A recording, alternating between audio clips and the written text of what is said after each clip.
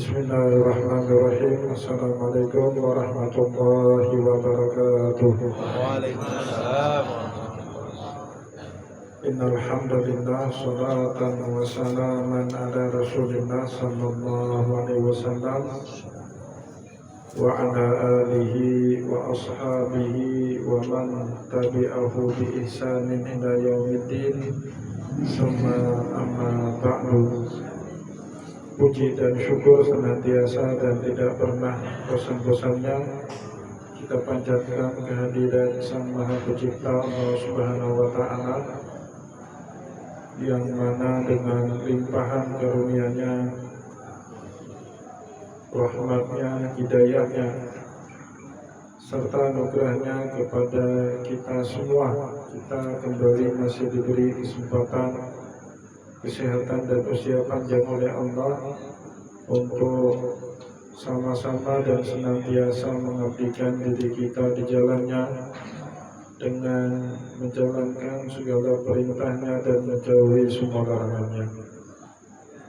Salawat dan salam juga tidak pernah lupa pula kita haturkan kepada junjungan alam Nabi besar Muhammad sallallahu alaihi wasallam, di mana beliau telah bersabda dalam satu hadis, man arada dunya fa'alaihi bil ilmi wa man arada al-akhirata fa'alaihi bil ilmi wa man aradahuma fa'alaihi bil ilmi. Barang siapa yang mau bahagia di dunia, caranya dengan ilmu, dan bagi barang siapa yang mau bahagia di akhirat, juga caranya dengan ilmu. Dan bagi barang siapa saja yang mau bahagia di dunia dan akhirat, juga caranya dengan ilmu pengetahuan. Bapak Ibu kaum muslimin dan muslimat jamaah pengajian yang dimuliakan oleh Allah, mari pada kesempatan malam yang baik ini yang penuh dengan kemuliaan, sambil kembali kita sama-sama membaca kitab Kifayatul Akhyar, kita kembali melanjutkan penjelasan kita dengan kitab Taharah, kitab yang membahas tata cara bertaharah, dan sampailah kita pada kesempatan malam ini dalam pembahagian air yang pertama. Jadi secara fungsinya di dalam kitab fikih, air yang menjadi alatut taharah, jadi alat untuk bersuci yang paling utama bagi kita itu air.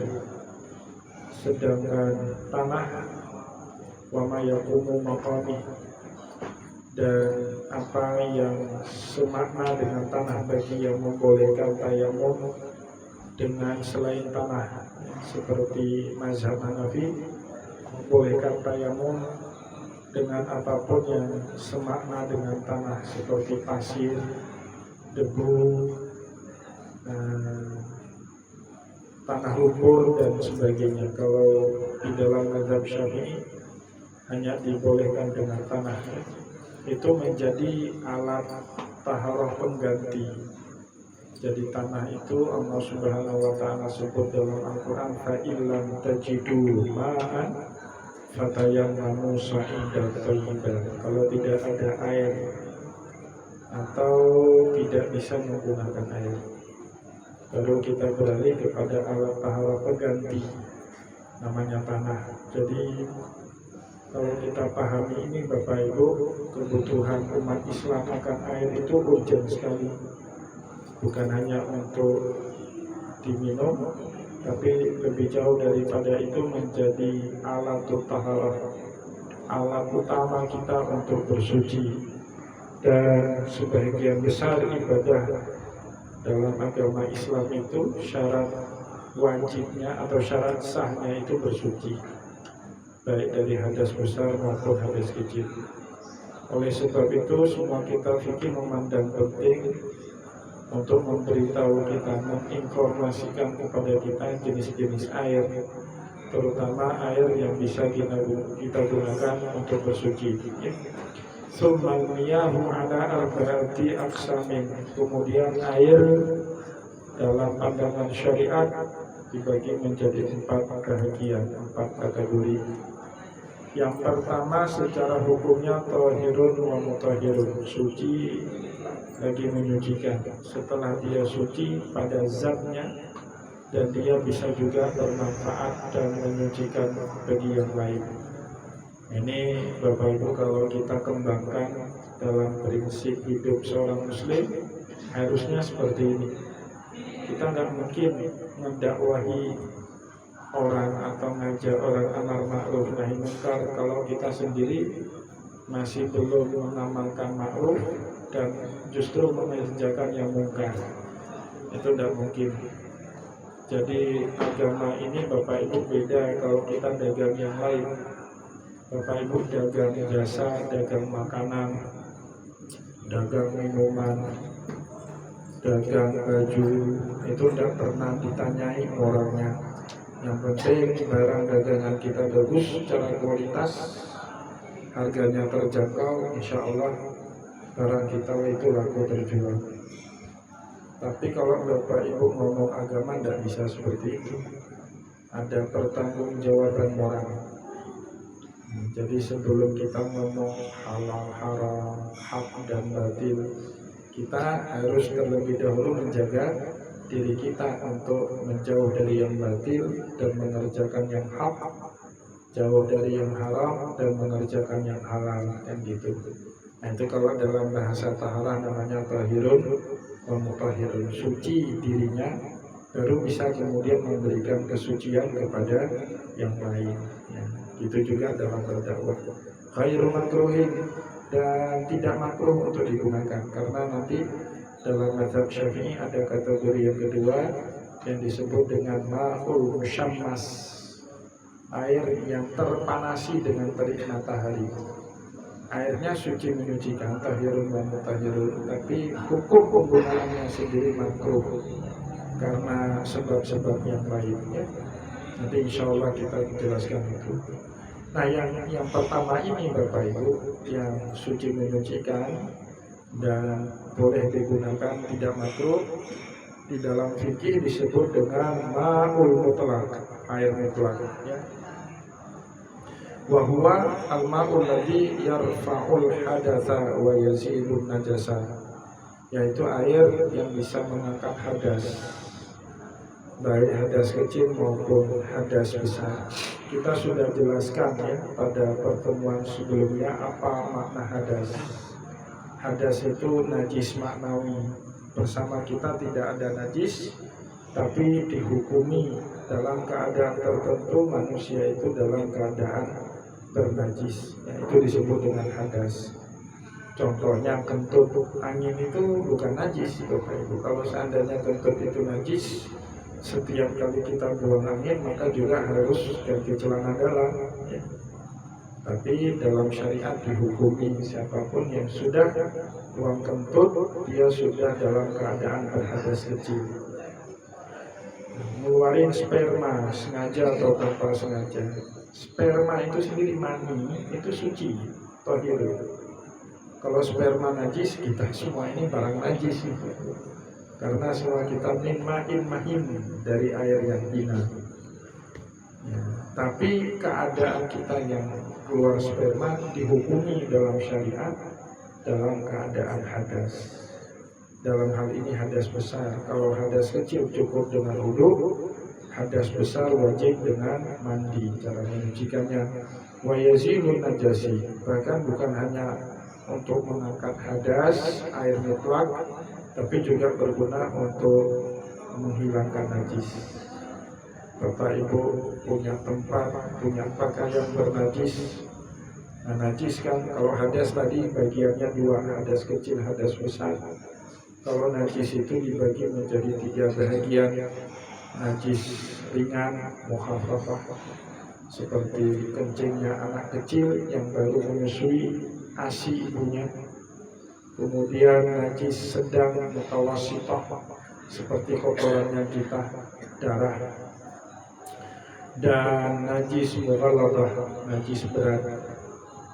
Semuanya itu Bapak Ibu syarat untuk mengangkat najis harus menggunakan air mutlak. Bapak Ibu nggak bisa membersihkan tempat dari berbagai macam najis dengan menggunakan air kopi misalnya, karena air kopi itu bukan masuk bagian daripada ma'ul mutlaq, ya air mutlaq. Jadi yang bisa mengangkat najis itu air mutlaq. Khusus bagi najis mughalladhah, Nabi memerintahkan kita harus ada campuran tanahnya. Ya, yang siluhu sab'an marratin indahuna biturab, dibasuh dengan 7 kali basuhan. Salah satu dari basuhan itu harus ada campuran tanah. Dalam mazhab jumhur terserah mau yang kali pertama, kali kedua, kali ketujuh. Tapi dalam mazhab Syafi'i baiknya itu kali pertama campuran tanah, baru kali kedua, kali ketiga bilasan dengan air mutlaq. Bapak Ibu kaum muslimin dan muslimat yang dimuliakan oleh Allah, waqtalafa fi haddihi. Kemudian para ulama berbeda-beda pendapat mengenai batasan-batasan dari sifat air yang menyebabkan dia menjadi air mutlaq. Faqila huwal ari an quyudi wal idafatil lazimah. Ada yang berpendapat sebagaimana wa hadza huwa sahih fi rawdah wal muharrar. Ada yang berpendapat seperti pendapat yang kuat di dalam 2 kitab muktamad dalam fikih Syafi'i. Yang pertama kitab Rawdah, ini singkatan dari kitab Rawdatul Thalibin, karyanya Imam An-Nawawi, yang salah satu kitab fikih besar, itu sekitar 8 jilid. Yang Rawdatul Thalibin itu syarah daripada kitab Minhajut Thalibin, sama karyanya Imam An-Nawawi. Yang kedua kitab Muharrar, kitab fikih tebal 4 jilid, karyanya Imam Ar-Rafi'i. 2 ulama besar ini di dalam mazhab Syafi'i sering disebut dengan nama Syaikhaini. Jadi Bapak Ibu jangan salah paham, kalau disebut Syaikhaini di dalam mazhab Syafi'i bukan Imam Bukhari dan Muslim.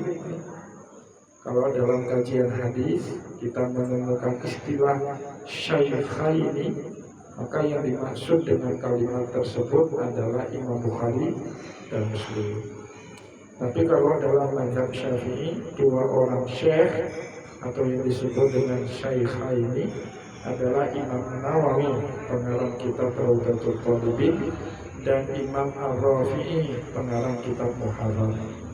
Nah, Bapak Ibu, kedua ulama besar Syafi'i ini memberikan batasan air itu bisa menjadi ma'ul mutlaq selama apa? Yang pertama al-ari anil buyut, dia terlepas dari ikatan-ikatan zat yang lain. Kalau air putih ini sudah dicampur dengan teh, sudah mengubah sifat dasarnya, kan terikat dia dengan sifat teh, ya rasanya teh, baunya aroma teh. Nah itu tidak lagi dinamakan dengan mutlaq. Atau dicampur dengan bubuk kopi, warnanya berubah, aroma dan rasa baunya juga berubah. Nah pada saat itu dia sudah lagi bukan ma'ul mutlaq. Air kopi, air teh itu air suci, tapi tidak menyucikan, ya. Dia boleh diminum. Nah ini kan sudah sampai tehnya, silakan diminum. Dari tadi sebut-sebut. Sengaja saya sebut supaya cepat datang, menghangatkan suasana.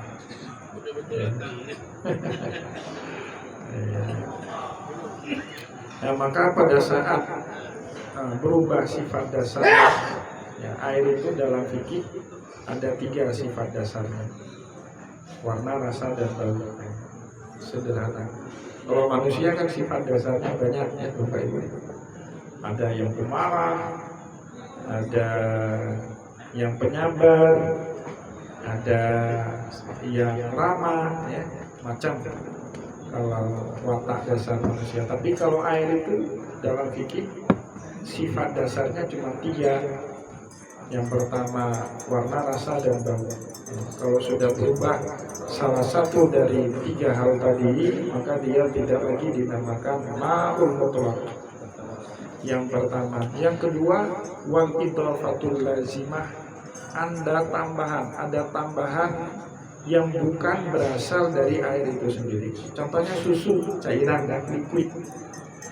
Susu itu, tapi dari sononya susu itu bukan air yang seperti dimaksudkan ini. Ya, beda dengan teh itu dia bukan liquid, dia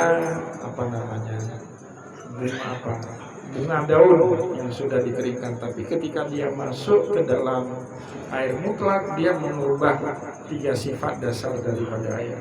Tapi kalau susu keluar dari puting betina sapi atau sapi betina, memang warnanya sudah putih seperti itu.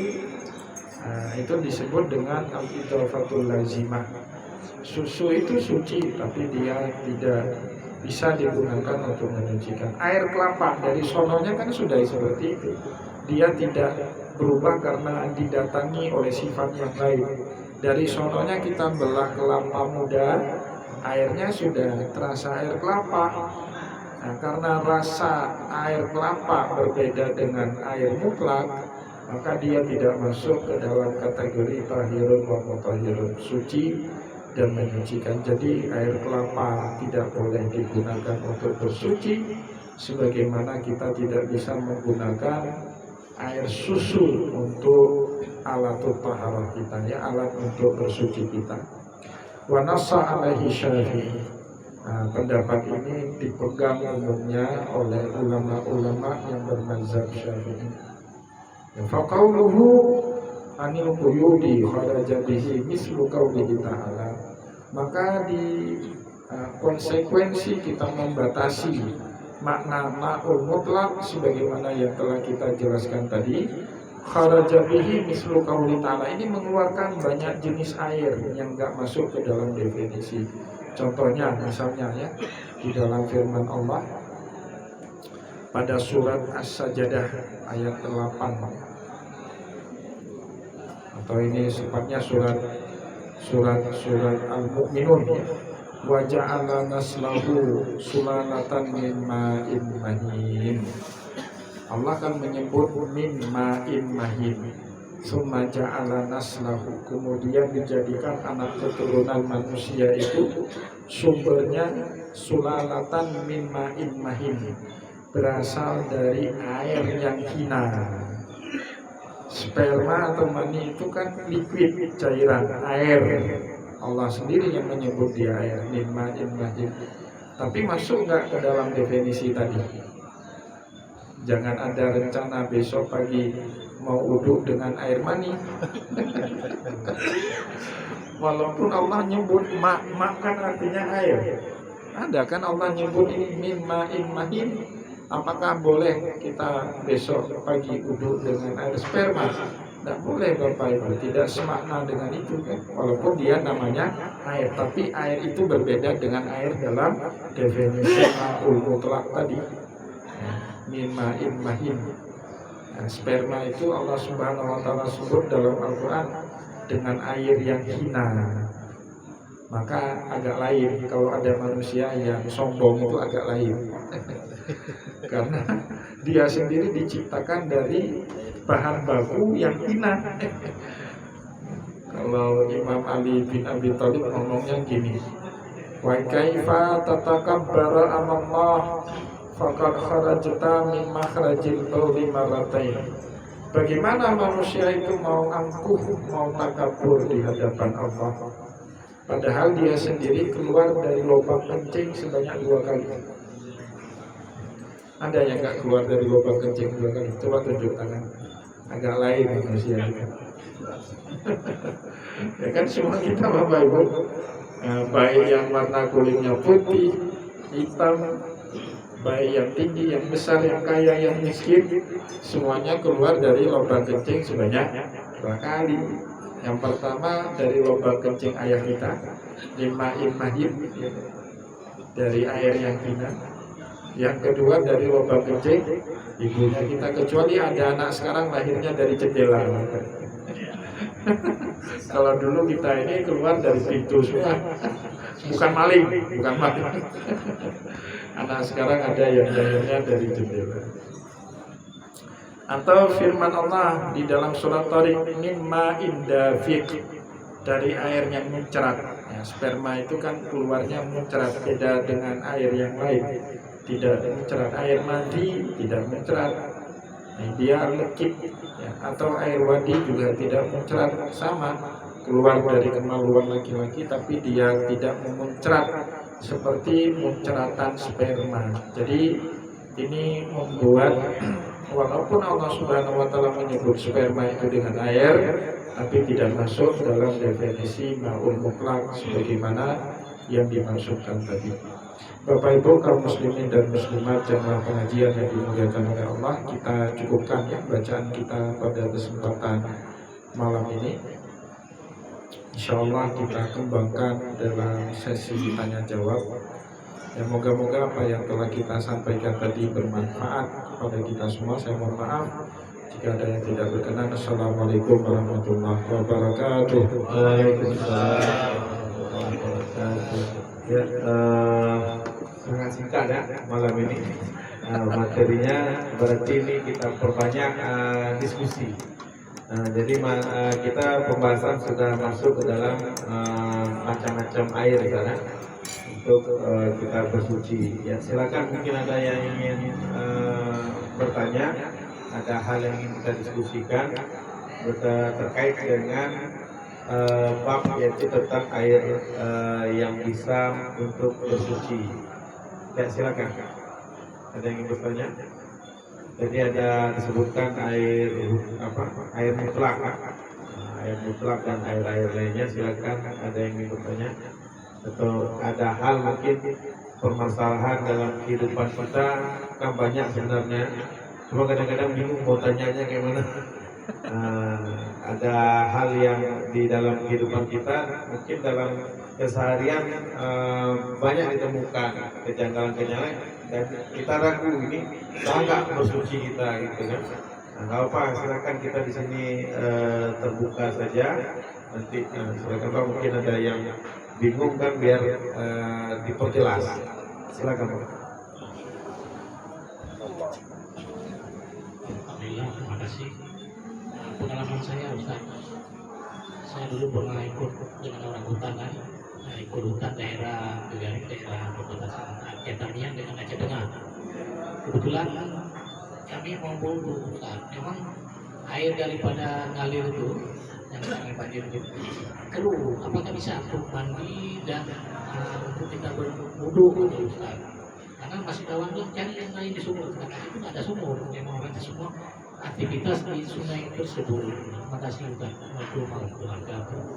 Waalaikumsalam.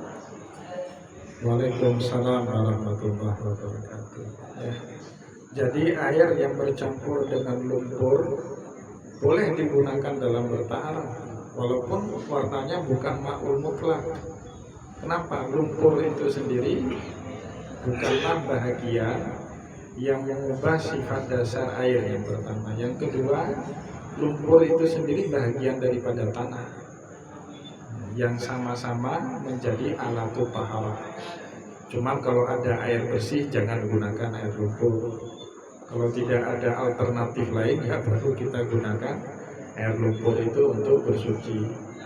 Nah, kadang-kadang Bapak Ibu di masyarakat kita itu yang bingung dalam mendefinisikan air yang layak untuk bersuci dengan air yang layak untuk dipakai secara medis. Itu beda ya. Jadi kita ngaji fikih ini nggak ngomong secara higienisnya.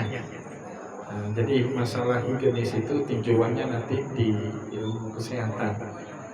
Kadang-kadang kan lihat air bak, wah ini warnanya horor sekali. Ada kan sebagian air bak di masjid kita itu warnanya Masya Allah. Jangankan kita kucing pun tidak berani minum air di bak. Ya kan? Tetapi asal sifat dasarnya itu ya, masih ada atau airnya sudah dalam jumlah kulatain. Nah, kalau mengalir itu nggak pakai standar kulatain, Bapak Ibu. Air mengalir di sungai itu nggak pakai standar kulatain. karena ma'ul yajri, air yang ngalir itu tidak akan terkontaminasi oleh najis. Air sungai itu nggak mesti harus 2 kula asal dia mengalir. Tapi kalau airnya rokid itu apa? Tergenang, air ditambah atau air di kolam, itu baru ada syarat 2 kula. Tidak peduli berubah rasa, warna, dan bau dalam syariat, asal dia sudah 2 kula boleh dipakai untuk bertaharah. Airnya suci dan menyucikan, seperti itu. Ya, silakan, mungkin ada yang lain yang silakan Pak, diopor aja ke belakang. Assalamualaikum warahmatullahi wabarakatuh.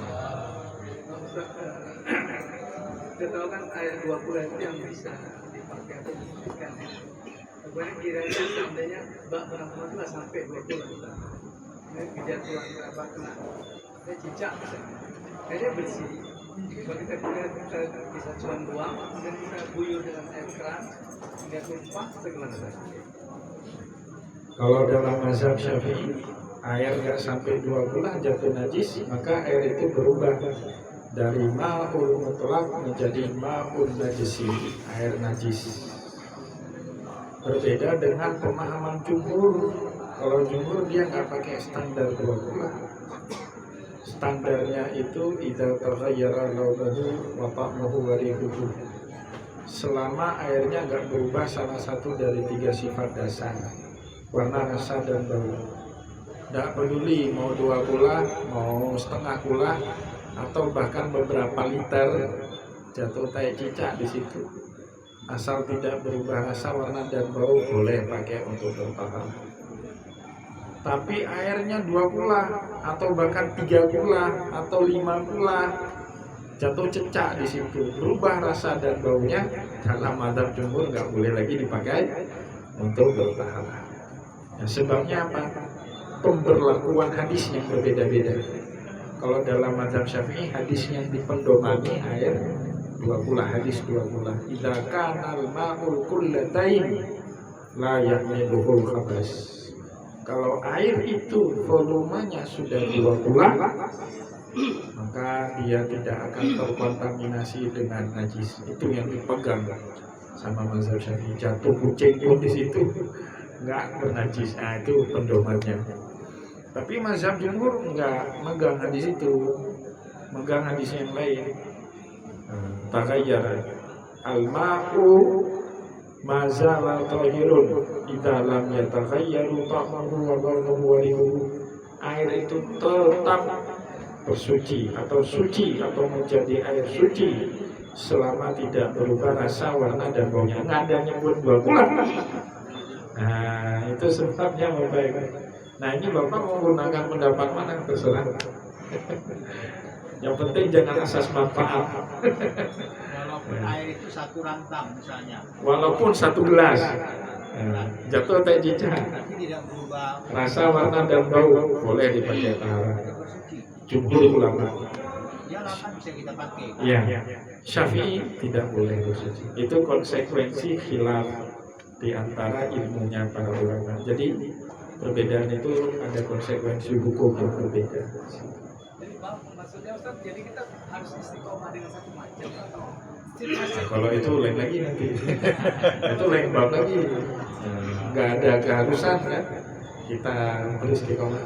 Nah, kalau saya misalnya hari ini mau kunut, besok nggak kunut, kan nggak ada yang bilang dosa, berdosa gara-gara itu, ya kan? Tapi alangkah baiknya kalau supaya nggak bingung ya 1 aja sebenarnya. Ya, kalau istri ada 2 kan bingung juga. Itu juga mazhab. Ya, ini untuk nambah-nambah ilmu ya, saya bukan seperti ini untuk nambah-nambah ilmu. Ada wawasan di situ supaya Bapak Ibu nggak sulit. Kalau airnya cuma ada itu, Bismillah ya Allah, saya amalkan mazhab jumhur. Kayak kita misalnya di Mekah, Bapak Ibu. Di Mekah itu kan kalau pakai wudhu Syafi'i nggak akan pernah sah tawaf. Ya Allah, hari ini saya pakai mazhab Hambali gitu kan. Nah, jadi ada solusi. Kalau kita punya ilmu kan ada solusi. Normal pakai Syafi'i. Ada air, nggak ada air lain, tapi airnya masuk tai cicak, ya udahlah, belum berubah rasa warna dan warna, pakai mazhab jumhur. Seperti itu. Nah, yang penting dasarnya ilmu, bukan suka-suka. Dasarnya. Memang boleh Ustaz kalau kita ganti-ganti mazhab seketika. Nah ini lembab. Kalau dasarnya ilmu kenapa nggak boleh? Yang nggak boleh itu talfik kan? Talfik itu nggak ada ilmu. Bapak Ibu main ganti, ya, Bapak Ibu ganti-ganti pasangan nggak ada ilmu, zina namanya.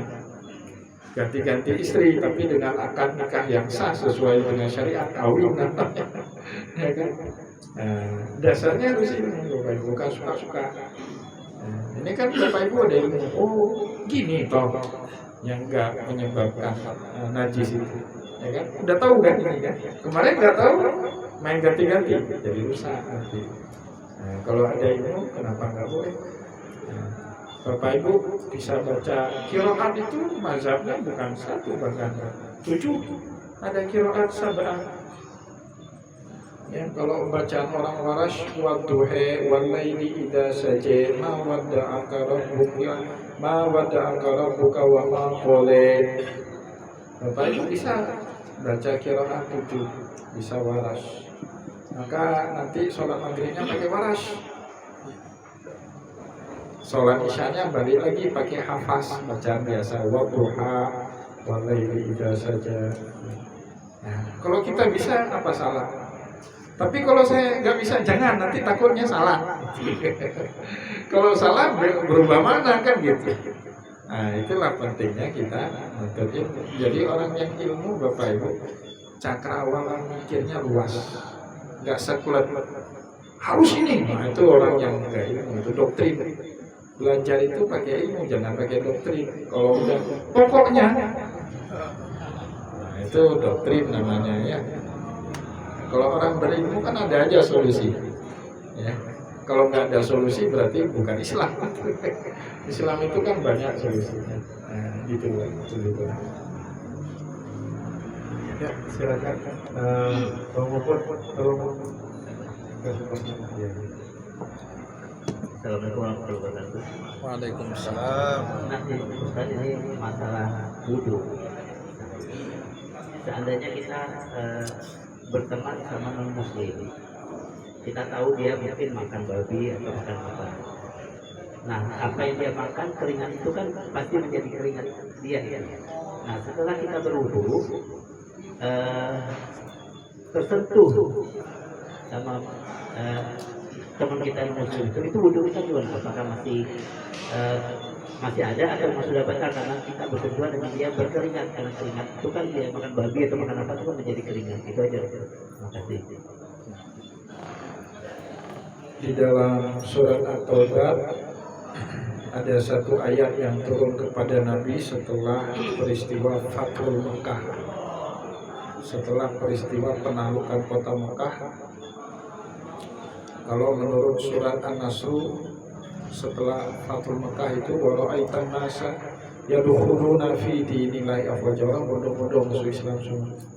Sehingga di kota Mekah hari itu tidak ada lagi orang kafir, tidak ada lagi orang yang musyrik, semuanya sudah jadi orang beriman.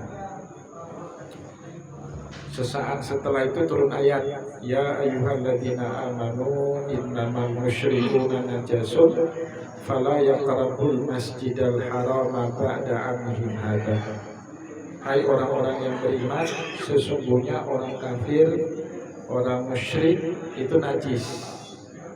Fala yaqrabul masjidal harama ba'da amihim hadza. Karena kenajisan mereka, maka jangan sekali-kali mereka dekat dengan Masjidil Haram. Jangan masuk ke tanah haram, jangan masuk ke Masjidil Haram. Pertanyaannya, apakah masuknya orang non-muslim, orang musyrik, orang kafir, ahlul kitab atau non-ahlul kitab masuk ke masjid kita nggak boleh sama sekali? Ternyata Bapak Ibu di zaman Nabi, tawanan-tawanan perang Badar, Asra Badri itu ditawan, diikat sama Nabi di dalam Masjid Nabawi. Kalau mereka najis harus disama semua itu Masjid Nabawi ya. Bahkan Bapak Ibu kalau baca kitab Tabaqat Syafi'iyah, ada kitab judulnya Tabaqat Syafi'iyah, ada sebuah riwayat hadis kalau Bapak Ibu baca itu kaget Bapak Ibu. Jadi satu waktu di tahun 6 Hijriah, Nabi Muhammad kedatangan rombongan kaum Nasrani dari Yaman, namanya Kristen Nestor. Jadi di Arab itu Bapak Ibu banyak Kristen lokal. Kristen itu kan ada alirannya universal kayak Katolik, Protestan itu kan di seluruh belahan dunia ada. Tapi juga ada Kristen lokal kayak Nestorian, Armenia di Suriah, atau di Mesir Kristen Koptik namanya. Kayak kita juga di Indonesia Bapak Ibu, HKBP. Mana ada itu di Malaysia HKBP? Atau di Tanah Toba, di Tanah Toraja di Sulawesi sana nggak ada itu HKBP. HKBP itu cuma ada di Tanah Karo, HKBP, Huria, Kristen, Batak, Protestan. Mau hafal Pak? Hafal insya Allah. Ya, saya pernah masuk penjara gara-gara Injil di Mesir. Jadi saya satu-satunya orang di sini, Abang Ferry mungkin sering dengar saya. Pernah dengar Ferry? Satu-satunya orang yang punya sertifikat syahadat di sini saya. Asli bukan palsu. Saya disyahadatkan ulang di Al-Azhar. Bapak ada sertifikat. Nah, saya ragu Islamnya Bapak. Kalau Bapak itu nggak boleh ragu, nanti boleh saya share sertifikat syahadat Islam. Jadi saya pernah diminta syahadat ulang. Nah, jadi itu Kristen lokal namanya. Nah, di Arab, di Yaman itu ada Kristen Nestor namanya.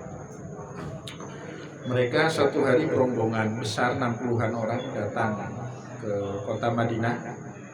Ada tujuannya buat hubungan diplomatik dengan Rasulullah, ada pedagangnya, ada pendetanya. Pendeta ini diskusi, hiwar, dialog. Dan di dalam agama kan boleh berdialog dengan ahlul kitab ya. Wala tujadilu ahlal kitabi illa billati hiya ahsan. Kalau mau berdebat dengan ahlul kitab, cari argumen yang paling baik dengan cara yang baik. Bapak Ibu yang dimuliakan oleh Allah, datangnya delegasi dari Yaman ini, orang Kristen, itu bertepatan dengan perayaan Samun Nasim namanya. Bahasa Arabnya Samun Nasim, kalau kita Indonesia ngomongnya Misa. Hari Misa, hari apa? Hari keagamaan mereka. Dan orang Nestor itu Kristen Ortodok Bapak Ibu, misa itu nggak boleh di ardin falah, di tempat terbuka, nggak boleh, harus di tempat tertutup. Di kota Madinah di saat itu kan nggak ada convention center, nggak ada sahabat yang bisnis buka convention center, nggak ada Bapak Ibu, nggak ada aula, nggak ada ruang yang bisa dipakai. Satu-satunya Masjid Nabawi. Apa yang dilakukan oleh Nabi? Dia izinin salah satu pojokan Masjid Nabawi itu untuk dipakai beribadat 60 orang Kristen Nestorian yang dalam Masjid Nabawi. Nah kalau hari ini kira-kira boleh nggak kita kasih masjid itu? Habis kita kena maki itu ya. Tapi itu fakta dalam hadis. Begitu tolerannya Nabi menyediakan fasilitas. Ya. Maka di Mesir Bapak Ibu, orang Yahudi itu hari Sabat kalau ibadah itu sama seperti kita Jumat. Kalau Idul Fitri baiknya di mana sholat? Tanah lapangan, tempat terbuka. Kalau sholat Jumat nggak boleh di tanah lapang, wajib di masjid. Kecuali yang demo 212 kemarin, tidurnya di Monas, sholatnya tidurnya di masjid, sholatnya di Monas. Kembali betul itu pikirannya. Entah apa yang membuat teman-teman kita gitu. Salah itu, nggak boleh, nggak ada satupun ulama yang membolehkan Jumat di tempat itu. Orang Yahudi sama itu kayak kita. Nah, di Mesir kan banyak itu Yahudi, tapi Yahudinya Islamic friendly, bersahabat dengan agama Islam. Itu orang Yahudi Bapak Ibu. Kalau hari Sabat, kalau di Kairo ibu kota itu banyak sinagog, rumah ibadah Yahudi itu banyak. Tapi kalau mereka berpergian ke provinsi itu nggak ada sinagog. Jadi ibadahnya di mana? Masuk masjid. Nggak pergi mereka ke gereja. Kenapa? Orang Yahudi itu tauhidnya sama kayak kita. Gereja itu kan ada gambar 2 dimensi, patung 3 dimensi. Itu lambang-lambang musyrik. Nggak boleh mereka beribadah di tempat yang ada patung di lukisannya, nggak boleh. Masjid ada patung nggak? Ada lukisan yang bernyawa ada. Sama, sinagog gitu. Jadi orang Yahudi di Mesir itu ibadahnya di masjid. Hari Sabat itu, hari Sabtu ya Sabat itu, masjid dibuka. Kalau ada orang Yahudi mau ibadah, dipersilakan. Toleran kali ya, Islam di sana. Kalau di Aceh gimana Bapak Ibu? Dibakar masjid. Di kampung saya di Samalanga, Masjid Muhammadiyah jadi bakar.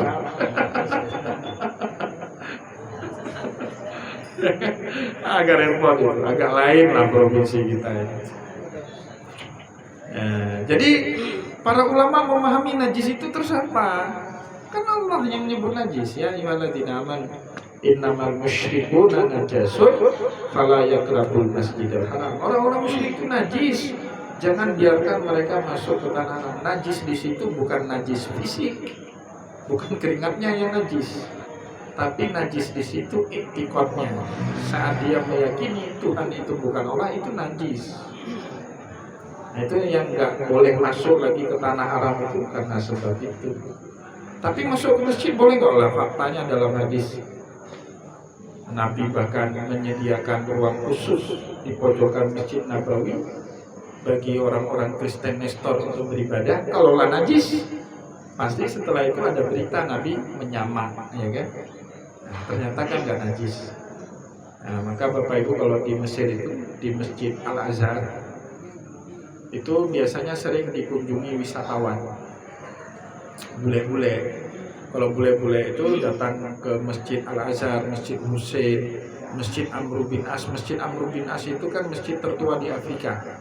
Dibangun di zamannya Umar bin Khattab, tua sekali masjid. Jadi tempat-tempat bersejarah itu dikunjungi oleh wisatawan dari mancanegara. Kalau musim dingin tentu pakaiannya tertutup, nggak gila lah bule itu musim dingin 2 derajat pakai you can see, bisa mati kedinginan dia, tertutup itu pakai jaket tebal, paling dikasih jilbab. Tapi kalau musim panas benar-benar you can see itu pakaiannya. Nah kalau masuk masjid dikasih, tapi harus pakai, ada disediakan pakaian khusus, pakai itu masuk masjid, lihat orang ngaji ya. Saya pernah bawa konsulat jenderal kedutaan Amerika namanya Paul Juha Salim. Dia minta ikut saya safari dakwah. Kebetulan waktu itu saya kena jadwal ceramah bulan Ramadan tahun, saya lupa tahunnya, 2019 sekitar itu. Dia minta ikut. Kebetulan saya kena jadwal ceramahnya waktu itu di Lusmawe. Kena di PIM, dia ikut itu di PIM. Tapi sama pengurus masjidnya sudah saya kasih tahu ini ada Paul Juha Salim namanya. Saya masih ingat, sekarang sudah pindah tugas ke India, masih sering komunikasi. Dia waktu saya ceramah tarawih duduk di pojokan. Tak ngerti nggak tangga ya bahasa Indonesia. Sholat di masjid Istiqomah Harum dia jadi. Nah yang ribut itu waktu Islamic Center. Nah, pengurus di masjidnya nggak ngizinin masuk. Tapi ya kita hormati ya. Tentu saya juga bertanya apa alasannya nggak ngizinin masuk. Biasanya kan dakwah apa hidayah itu bisa datang ya saat seperti itu. Nah jadi Bapak kalau punya atau berjabat tangan sama Pak Ahok nggak batal wudhunya. Keringatnya Pak Ahok itu nggak najis, kulitnya Pak Ahok. Tapi kalau sama istri Pak Ahok batal wudhu.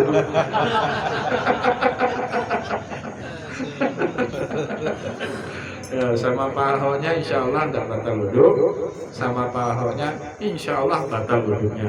Ya, tapi bukan karena najis ya, karena aula mastumunisa, bersentuhan kulit dengan perempuan. Seperti itu. Ya, ada lagi yang ingin bertanya untuk menyelingi Ustaz kan? Saya boleh bertanya Ustaz? Nggak boleh.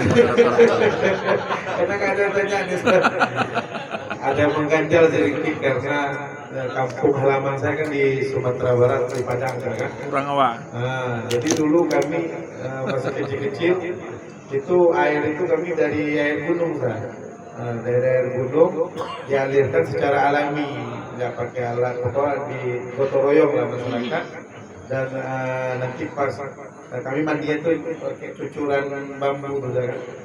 Itu mandi, itu cuci piring, ya cuci semuanya. Seprimitif itu kampungnya. Ya dulu. Kalau sekarang sudah mulai ini kan. Kami jadi dari gunung itu kan, itu kalau besoknya kami kan pergi ke hutan, kami tengok besoknya itu memang ada jejak tapak-tapak babi, bahkan ada yang lihat memang babi juga di situ, binatang-binatang lah termasuk babi juga memanfaatkan itu. Cuman walaupun sekerumpul airnya ngalir ke sini jernih nanti di ujung nih. Ini gimana nih Ustaz? Memang udah terjadi dalam cuman kan dulu saya nggak, ya kita masih anak-anak nggak tahu kita. Ini gimana? Apakah ini boleh dipakai untuk bersuci? Bukan bersuci semua, wudhu di situ, mandi di situ, cuci piring di situ, cuci bajunya itu kami semua, dan masih primitif. Kampungnya di mana? Solo. Di Payakumbuh. Oh, Payakumbuh. Kabupaten 54. Ya. Anjing apa babi? Sana bahkan ada PBB, pasukan buru babi. Kalau sebulan sekali memang ada orang buru babi pakai anjing dan jumlahnya ribuan. Karena orang Padang itu familiar dengan anjing. Iya kan benar. Ya, betul. Buru Beda babi. dengan orang Aceh. Orang Aceh itu sensitif betul lihat anjing. Ke sana budaya tuh. Iya. Nah, jadi Bapak Ibu yang dimuliakan oleh Allah, ulama yang paling keras berfatwa dengan anjing itu Imam Syafi'i. Dalam mazhab yang lain anjing itu bukanlah hewan najis kecuali jilatan liurnya saja. Di dalam mazhab Maliki itu yang anjing yang najis itu cuma jilatannya aja. Bahkan anjing itu hewan yang baik untuk dipelihara. Nah, kata Allah ya dalam Al-Quran, wa ma'alamtum minal jawarihi mukallibina tu'allimunahunna mimma 'allamakumullah. Kalau kalian berburu menggunakan anjing yang kalian didik dan kemudian anjing itu memangsa hewan buruan kalian, makan itu. Ya kan? Kalau dia jadi najis, kata ulama selain Syafi'i, Allah nggak ngomong itu. Pertama. Yang kedua Bapak Ibu, nah ini saya baca hadisnya, ini baru pengajian di masjid ini, di masjid apa namanya, di masjid Sabilil Jannah, kita baca hadis itu. Nah, saya bacakan hadisnya itu. Idza arsalta kalbakal mu'allama faqatala faqul, jika kau lepas anjing buruan kamu, anjing yang dilatih untuk berburu, kemudian dia melumpuhkan hewan buruan, fakul maka makan dari gigitannya. Itu hadis nomor 175 di dalam Sahih Bukhari. Kemudian di hadis nomor 174, kanatil kilab tuqbilu wa tudbiru fil masjidi fi zamani Rasulillah. Adapun anjing itu keluar masuk ke dalam Masjid Nabawi di zaman hidupnya Rasulullah. Falam yakunu yurashuna syai'an min dzalik. Para sahabat tidak menyama pun masjid keluar masuknya anjing. Ashabul Kahfi, saya quluna salah satu rabi'uhum kalbuhum, ada yang bilang jumlahnya 3, 4 dengan anjingnya. Wa yaquluna khamsatun sadisuhum kalbuhum rajman bil ghaib, ada yang bilang 5, 6 dengan anjingnya. Wa yaquluna sabatun wasaminhum kalbuhum. Ashabul Kahfi itu kan walinya Allah itu. Kalau kata Allah dalam ayat yang lain, wa kalbuhum basitun zira'ihi bil wasit. Kalau kita buka pintu gua masuk, anjingnya itu dalam posisi siaga. Anjing itu kalau tidur dia berbaring. Kalau siaga kakinya di depan kayak sping gitu. Kakinya di depan. Nah, wa kalbuhum basitun zira'ihi bil wasit. Lawit tolak ta'alaihi, kalau kita masuk lihat anjing seperti itu, lawalaita minhum firara, kita lari takut dimangsa sama anjing itu. Anjing itu kan salah satu hewan yang setia sekali sama Tuhan. Nah, maka banyak sahabat Nabi dulu pelihara anjing. Ulama yang paling keras dengan anjing itu Imam Syafi'i. Pokoknya haram lah, kena apapun, apalagi yang basah-basahnya itu najis, nggak boleh dicuci dengan cucian atau basuhan biasa, harus disamak. Nah, maka sampai-sampai Bapak Ibu Imam Nawawi bilang, Imam Syafi'i kemungkinan begitu keras fatwanya terhadap anjing, mungkin beliau pernah dikejar sama anjing waktu kecil. Nah, sebab itu orang Aceh alergi betul dengan anjing. Saya ke Padang entah 2 entah 3 kali. Pernah ke Solo, ke Payakumbuh belum. Ke Bukit Tinggi sudah, Pandang Panjang, kalau kota Padangnya sudah beberapa kali. Itu di masyarakat Padang, di kampung-kampung banyak anjingnya. Di Aceh dulu waktu tahun 90-an, saya ingat betul tahun 90-an, UIN, dulu YIN, itu mendatangkan 2 orang syekh dari Mesir, dua-duanya mazhab Maliki. Rukoh tahun 90-an, bukan rukoh seperti sekarang Bapak Ibu, lampu di mana-mana. Dulu itu tempat jin 2 anak. Jadi syekh itu takut kalau pergi sholat subuh ke Nasar rukoh itu takut, dia pelihara anjing. Jadi pergi sholat subuh pakai jubah, bawa anjing. Itu masyarakat rukoh kalau sudah syekh dari Mesir itu jadi imam, gak ada yang mau bermakmum. Udah sembahyang ikut pelihara syekh. Nah, jadi Bapak Ibu kalau dengar ilmu ini ya kita nggak terlalu alergi sama anjing, gitu kan? Biasa aja anjing. Dia ya hewan najis, mungkin air liurnya, atau kalau kita tetap pegang sama Syafi'i yang mungkin saat dalam dia keadaan basah, itu yang najisnya seperti itu. Nah, Bapak Ibu yang dimuliakan oleh Allah, kembali ke pertanyaan Pak Dedi tadi. Kalau airnya mengalir, mau masuk anjing, mau masuk bangkai, nggak ada urusan. Kalau airnya ngalir, karena air ngalir itu kan berganti terus. Mau masuk kotoran di situ, mau masuk bangkai, mau mandi anjing di situ, mau apa, asal airnya ngalir, tak menjadi masalah. Nah, atau babi minum di situ karena airnya ngalir terus, sudah menjadi masalah. Yang bermasalah itu kalau ma'ul rakib, airnya itu tergenang, itu masalah. Kalau airnya sedikit, dalam mazhab Syafi'i kurang dari 2 kula, najis airnya. Tapi kalau airnya banyak, meskipun ada anjingnya, tetap mutlak Syafi'i. Kalau jumhur, yang tadi, asal tidak berubah rasa, warna, dan bau, tetap bisa dipakai, walaupun air itu dipakai minum sama anjing, sama babi. Tapi kalau tidak berubah rasa, warna, dan baunya, tidak masalah, boleh kita gunakan untuk bertahwa. Jadi Bapak Ibu kalau ke kampung Bang Dedi jangan kaget, banyak anjing. Memang budayanya seperti itu di Padang. Ya, tapi saya beruntung nama Bang Dedi itu bukan Robinson. Biasa nama orang Padang itu Ardiles, Robinson, Kennedy. Saya punya teman namanya Kennedy. Nah, saya tanya itu satu hari, kenapa kok nama orang Padang itu ke barat-baratan? Nah, ternyata di Padang itu ada tradisi nagari namanya. Kalau kita kampung ya nagari. Dan mereka itu suka diskusi, Bapak. Orang Padang itu bacaannya bacaan luar negeri, bacaan berita global, isu-isu global itu didiskusikan di balai-balai nagari.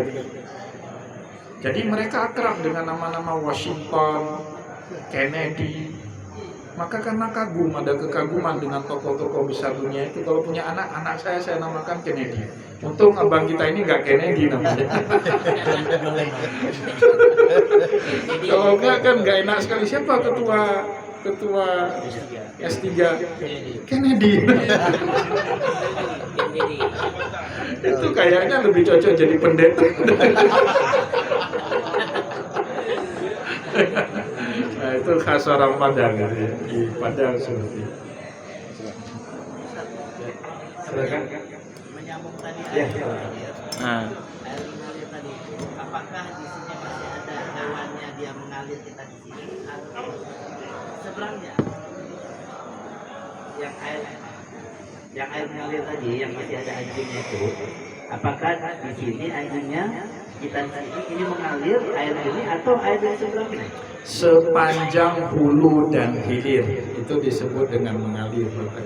Walaupun masih ada anjing aja. Ya, sepanjang hulu dan hilir. Air itu kan berubah-ubah terus. Air ngalir itu kan berubah-ubah terus, berganti-ganti terus. Dia nggak netap airnya. saat dia mengalir bercampur lagi dengan air sebelumnya, ada yang mendahului, ada yang cepat karena ada batu yang lama mendahului bercampur. Jadi air itu sehat kalau dia mengalir. Tapi kalau dia tertambah, nah itu tidak sehat. Sepanjang hulu dan hilir, dari hulu dan hilir kita berada di air mengalir, air itu tidak bisa ternajiskan dengan apapun. Syaratnya mengalir terus.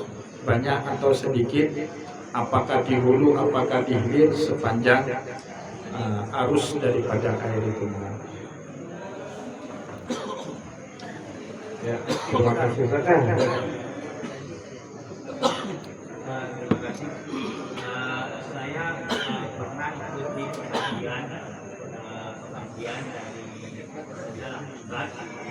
Kemudian Ustaz itu berkata, orang Islam ini paling enak. Kenapa? Paling dimuliakan. Contoh, kita tidak perlu buat pesawat, tapi kita bisa naik pesawat kemana-mana. Yang buat pesawat itu orang kafir, tapi kita bisa menikmati pesawat. Kita itu dimuliakan. Di kenyataannya itu faktor seperti itu dan lain-lain sebagainya. Tapi kan menurut saya tidak seperti itu. Menurut saya seperti ini misalnya. Orang Islam itu dia harus ada yang ahli lingkungan. Orang Islam itu harus ada yang ahli kimia. Tidak kita mesti gimana? Mesti terima biar orang kafir yang ahli kimia. Kita sholat aja. Biar orang kafir yang ahli lingkungan. Tidak, menurut saya tidak seperti itu. Kita sering beranggapan seperti itu, makanya kita itu diserang sama orang kafir, kita tidak bisa berbuat apa-apa. Contoh, Israel menyerang negara-negara Arab. Negara Arab tidak punya kekuatan angkat, tidak punya itu yang hebat. Jadi kan maksud saya tidak sependapat sama Ustaz itu mengatakan bahwasanya kita itu hebat, kita itu hanya numpang aja. Pesawat sudah ada orang buat, orang kafir buat pesawat, kita tinggal naik-naik aja. Saya tidak sepaham dengan itu. Nah, gimana pendapat Ustaz? Oh, mungkin berat nih. Makin malam makin berat. Biasanya kalau di pesantren itu kalau udah berat pecinya gini itu. Itu tandanya udah berat. Kalau udah hang baru gini nanti. Itu hang. Kalau ini belum hang tapi udah berat. Benar Pak. Jadi di dalam Ihya Ulumuddin Imam Al-Ghazali kan membagi ilmu itu dengan hukum taklif. Hukum taklif itu kan ada yang fardhu ain ya. Ada yang fardhu kifayah, ada yang sunnah muakkadah, ada yang sunnah, ada yang mubah. Ada bahkan ilmu yang makruh atau bahkan yang haram untuk dipelajari. Kan gitu. Yang fardhu ain itu apa? Fardhu ain itu kan berarti semua kita ini wajib. Apa contohnya? Ilmu sholat. Semua kita muslim kan wajib belajar itu, Pak. Walaupun dia astronot, tetap wajib sholat kan? Nah, maka kan dia nggak bisa sholat kalau nggak ada ilmunya. Berhaji, itu wajib, fardhu ain. Bagi yang mampu kan kita wajib untuk berhaji. Nah, saya kurang setuju di pendidikan kita. Anak SD, anak TK disuruh belajar manasik haji, gurunya saja nggak pernah umroh, jangan akan haji. Anak saya nggak saya kasih izin. Oh, kata ibunya ini, anak kita hari Sabtu ini belajarnya di asrama haji, ngapain? Saya tanya, belajar manasik haji harus beli ihram, mau usah pergi. Guru TK-nya aja nggak pernah umroh. Itu nggak ada manfaatnya, itu nggak ada gunanya sama sekali. Kapan Bapak Ibu wajib belajar manasikul haji wal umrah? Saat mau berangkat ibadah haji, ibadah umrah, itu wajib belajar, itu fardhu ain. Kalau Bapak Ibu nggak datang ke manasik itu dosa, fardhu ain. Bapak Ibu mau puasa tapi nggak tahu cara puasa, nuntut ilmu puasa itu fardhu ain. Nah, itu kan fardhu ain. Nah, ada ilmu-ilmu yang masuknya dalam kategori fardhu kifayah. Harus ada umat Islam di situ yang belajar nuklir, harus ada. Kalau nggak ada yang belajar nuklir, satupun dari kaum muslimin, semua dosa. Harus ada yang belajar ilmu kedokteran, harus ada. Kalau nggak ada yang belajar kedokteran, ya semua kita dosa. Namanya fardu kifayah, kayak kita ngurus jenazah. Harus ada yang ngurus. Kalau satu kampung itu nggak ada yang ngurus jenazah, satu kampung itu dosa. Nah, itu fardu kifayah. Ada itu kata Imam Al-Ghazali. Ilmu-ilmu fardu kifayah, ilmu kedokteran itu harus ada orang yang belajar ilmu kedokteran. Ilmu matematika itu nggak fardu nih. Saya nggak belajar matematika atau bodoh matematika, dosa nggak? Nggak dosa. Tapi harus ada umat Islam satu aja, atau minimal 2 atau 3, atau ada yang belajar tentang matematika yang dia kemudian bertugas mengajari yang lain ilmu matematika itu. Itu namanya ilmu fardu kifayah. Nah, umat Islam memang seperti itu, Bapak Ibu. Saya sebelum kesini tadi sore baca satu jurnal ilmiah. Jadi di jurnal ilmiah itu penelitiannya 3 tahun dia buat, dan saya anggap itu penelitian yang sangat ambisius. Datanya sampai 26.000 orang diinterview. Ya, kalau Bapak Ibu yang pernah meneliti, belajar metodologi penelitian, itu penelitian yang sangat ambisius. Kita dapat 1000 data aja, rekornya setengah mati. Ini 3 tahun, 26.000 data. Jadi kesimpulan penelitian dia, formal religions.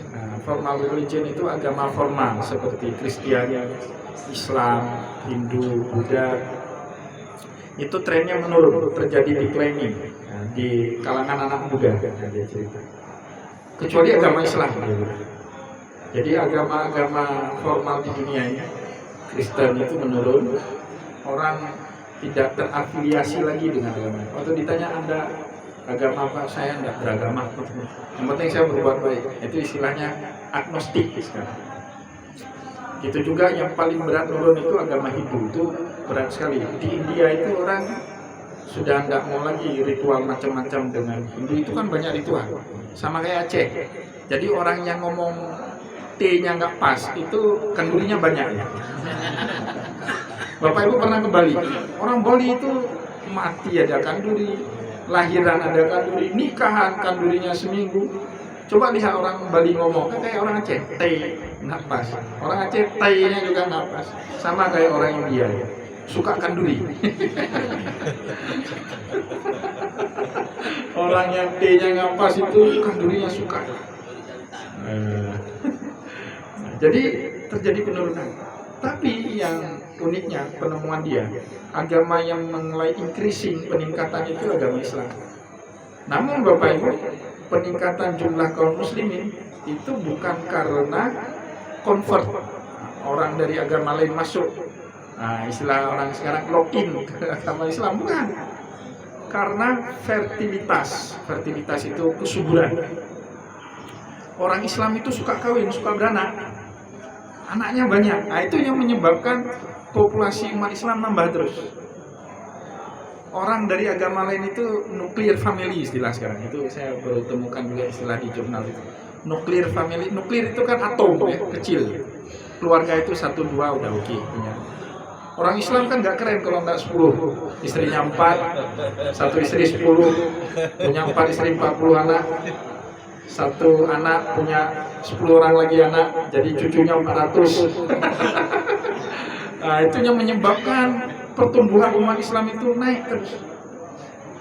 Dan negara-negara berkembang, bukan negara maju ya, negara berkembang itu tren kesuburannya meningkat.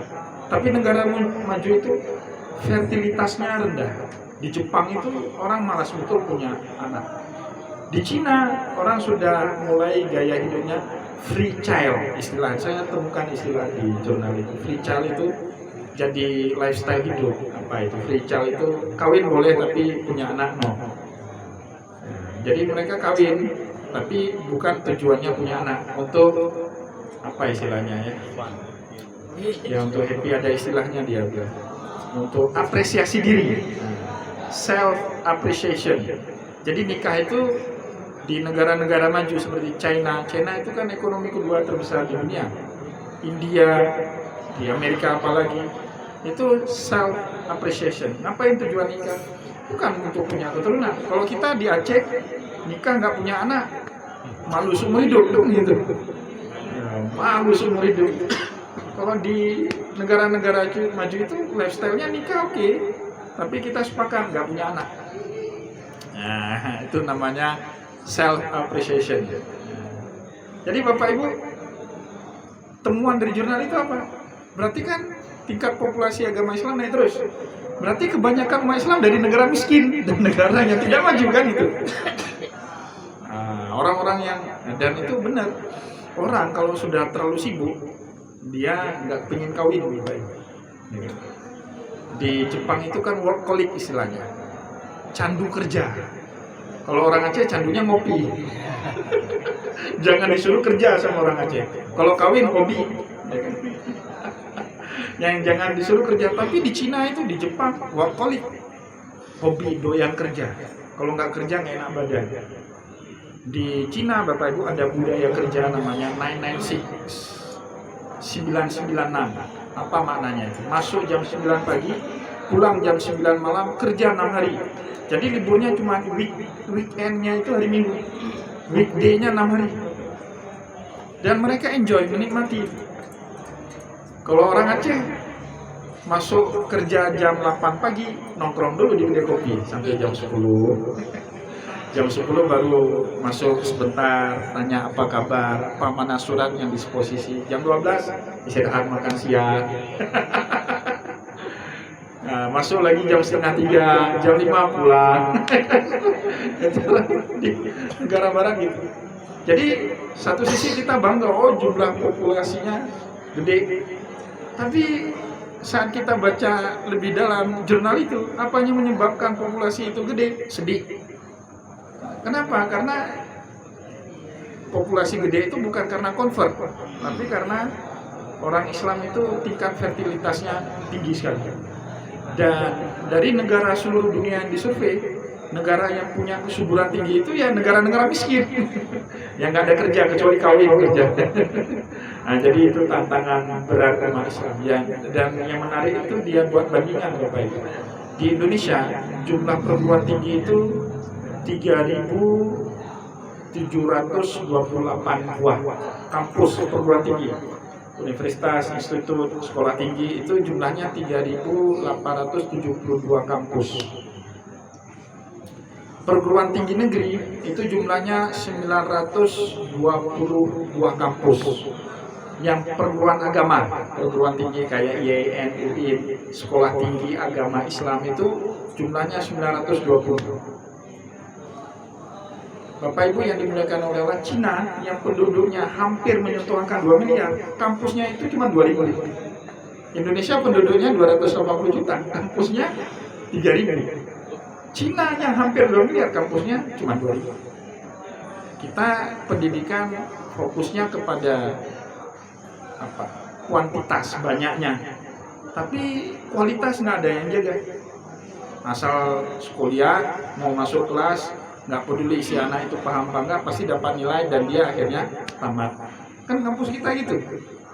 Kalau di luar negeri jangan mimpi bisa sarjana kalau nggak berjuang, jangan mimpi itu. Masuk kampus itu di Cina barang langka itu, karena 2.000 kampus yang memperebutkan 2 miliar orang. Jadi nggak semua anak Cina itu bisa menikmati dunia kampus, pendidikan tinggi. Mereka yang tersingkir akhirnya fokus dengan dunia kerja. Nah, ini jadi masalah besar Bapak Ibu bagi pendidikan kita. Saya baca itu, wah, hebat ini penelitian. Maka saya bilang ini penelitian yang sangat ambisius, bagus sekali. Tapi kan informasi seperti ini cuma bahan konsumsi elit Bapak Ibu, bahan kajian di kampus. Masyarakat kan nggak tersampaikan. Jadi kalau kita baca ini dari awal, Bapak Ibu punya anak, punya cucu, tahu mau mempersiapkan anak cucu kita itu mau jadi apa ke depan. Ya. Karena itu base-nya sangat empirik, teruji sekali itu. Memang seperti itu keadaannya sekarang. Mungkin seperti itu Bapak Ibu.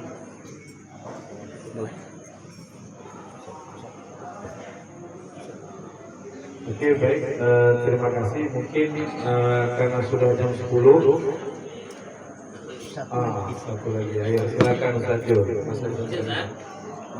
Langsung saja Ustaz. Jadi saya pernah belajar tentang tentang istilah sama.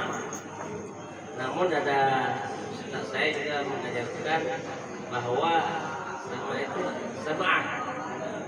Jadi istilahnya sab'ah. Cuma karena orang nggak bisa jalan sab'ah sehingga ini sama. Nah, itu kira. Ya, sama itu bukan bahasa Arab. Arab nggak ada itu sama. Sama itu bahasa Indonesia. Bahasa kita lah. Nabi cuman bilang ihdahuna biturab, 7 kali basuhan, salah satunya dengan tanah. Ya, salah satunya dengan tanah itu disebut oleh orang kita dengan sama. Bahwa sama itu plesetan dari sabah itu saya nggak tahu. Nah, tapi ada teori dalam ilmu linguistik yang saya pelajari, serapan bahasa asing yang kemudian jadi bahasa Indonesia itu sering mengalami 2 kondisi. Yang pertama, salah transliterasi. Saat mentranslitkannya ke dalam bahasa Indonesia, kita sering salah sebut. Saya sering kasih contoh gini. Wanita yang nggak boleh kita nikahi dalam bahasa Arab yang benar, itu namanya mahram. Tapi oleh kita nyebutnya muhrim. Dan dalam KBBI memang muhrim. Jadi secara bahasa Indonesia kalau orang nyebut muhrim nggak salah, itu benar. Tapi itu dibenarkan oleh kesalahan transliterasi. Seharusnya kan mahram barisnya fathah, pakai A bukan pakai I. Tapi karena kita terlalu biasa salah mentransliterasi bahasa asing, kayak misalnya diskresi, itu kan bahasa Inggris. Dari discretion diubah menjadi diskresi.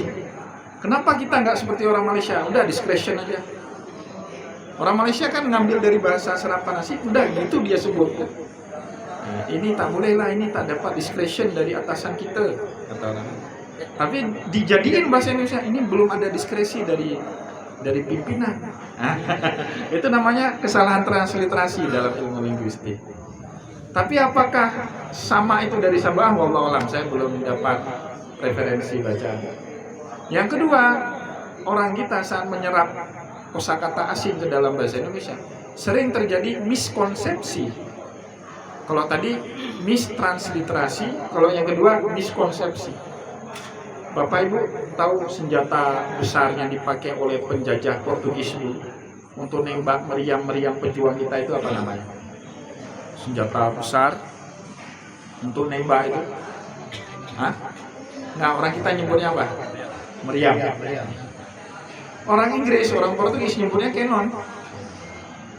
Tapi karena orang Portugis itu Kristiani, setiap kali mau nembak meriam itu, peluru meriam itu ke benteng-benteng orang Ternate dan Tidore di sana, mereka kan nyebut Tuhan ya kayak kita, Allahu Akbar. Mereka itu nyebutnya ya Maryam, tembak. Ya Maryam, tembak. Akhirnya orang kita nyebutnya meriam. Nah, itu yang saya bilang miskonsepsi. Satu lagi, makanan berbuka puasa kita sebut apa? Takjil. Takjil itu padahal dalam bahasa Arab maknanya menyegerakan berbuka. Iya. Sunnah puasa itu apa salah satunya? Takhirus sahur, mengakhirkan sahur, wa takjilul iftar, menyegerakan berbuka. Takjil itu nyegerain buka puasa. Tapi kalau cari bororong sekarang takjil bilangnya. Ya kan? Cari es kelapa muda, takjil. Cari mie calo, takjil. Nah, itu namanya miskonsepsi. Tentang teori linguistik ada itu. Nah, kalau yang paling cerewet masalah ini Ustaz Masrul Edi, jangan mahram, jangan murid, mahram. Secara KBBI benar, nanti coba buka KBBI, kan ada itu di Google, buka aja di Google. Yang benar mahram atau murid, KBBI bilang murid. Ya, kesalahan itu kenapa? Mistransliterasi dalam bahasa itu. Kalau kita rujuk bahasa Arab salah, tapi kalau merujuk sudah jadi kosakata bahasa Indonesia benar itu. Muhrim. Jangan dekat-dekat, kita kan bukan muhrim, benar itu. Tapi dalam bahasa Arab salah. Yang benar mahram. Muhrim itu orang yang sedang pakai baju ihram. Nah, tapi apakah kata sama itu dari sabah? Nah, itu saya belum dapat referensi. Moga-moga seperti itu. Ya baik, terima kasih banyak. Penanya terakhir Ustaz Jul, kita cukupkan. Semoga tidak puas. Karena kalau puas nggak mau nuntut ilmu lagi. Karena udah merasa udah oke semua sekarang. Kalau bisa jangan puas, kita terus menuntut ilmu. Dan satu lagi kami sampaikan, Ustaz Midas kajiannya adalah tentang fikih dan memang kita minta untuk sampaikan pandangan lain juga, walaupun fokus kita itu ke mazhab Syafi'i kajiannya. Cuman untuk menambah khazanah wawasan keilmuan kita, memang kami dari pengurus memang kami minta untuk pandangan mazhab lain seperti apa juga. Jadi nanti kalau memang ada yang masih belum puas, boleh setelah ini diskusi dengan mungkin jauh lama-lama karena ada malam, atau nanti boleh juga di WA Ustaz Midasnya. Intinya apa yang disampaikan, kalau ada yang tidak berkenan atau ada sedikit perbedaan pandangan, tolong jangan diperlebar gitu ya. Kalau bisa langsung didiskusikan saja. Insya Allah sama Insya Allah tidak ada yang miskomunikasi lah. Itu mungkin pertama yang ingin sampaikan. Terus sebelumnya seperti biasa kami ingin sampaikan beberapa pengumuman. Pengumuman pertama yaitu insya Allah safari subuh Sabtu S3 Sabtu ini di Masjid Baitul Rahmah. Kebetulan sekalian peringatan Isra Mi'raj, dan peringatan Isra Mi'rajnya kita gabung dengan remaja Masjid Baitul Rahmah. Jadi remaja masjidnya mereka sudah sepakat ini kita gabung sekalian peringatan Isra Mi'raj di Masjid Baitul Rahmah. Penceramahnya insyaallah Abadi Muhammad dan imam insyaallah Ustadz Sayuti. Selanjutnya juga ada titipan pengumuman. Titipan pengumuman dari Tengku Junaidi, yaitu BKM dari Masjid Baitul Kiram Pekanbaru. Bahwasanya hari Ahad ini safari subuh Arafah di sana di Masjid Baitul Kiram Pekanbaru dengan penceramah Ustaz penasihat kita Ustaz Profesor Dr. Ilham Maulana Renat gitu SSI. Beliau jauh udah panjang ya. Ya, jadi insyaallah beliau ceramah di sana.